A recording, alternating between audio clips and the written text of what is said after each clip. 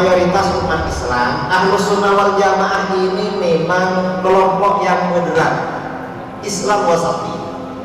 Di antara bahwa Ahlus Sunnah ini moderat, tidak mengkafirkan umat Islam di luar golongannya. Karena itu di dalam kitab-kitab akidah, dalam kitab-kitab usuluddin maupun usulul fiqh diterangkan la nukaffiru ahadan min ahlil qiblah bidzambin irtakabahu ma lam yastahil.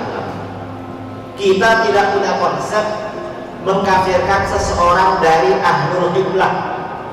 Ahlul qiblah itu artinya orang Islam yang belum kafir, ya. Bidzambin sebab perbuatan dosa yang dilakukan selama tidak menganggapnya halal.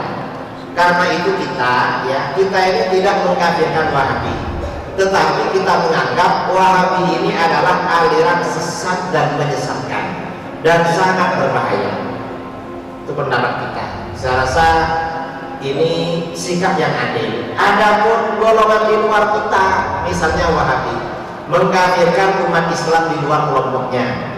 Syiah mengkafirkan umat Islam di luar kelompoknya. Khawarij mengkafirkan umat Islam di luar kelompoknya. Semua mengkafirkan. Kalau kita Ahlus Sunnah tidak mengkafirkan selama mereka tidak kafir.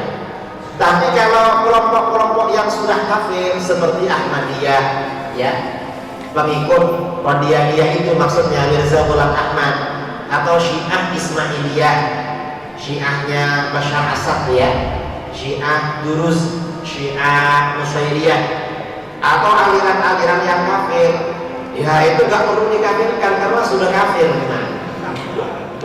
Memang sudah kafir dan dianggap bukan ahlul qiblah itu mereka.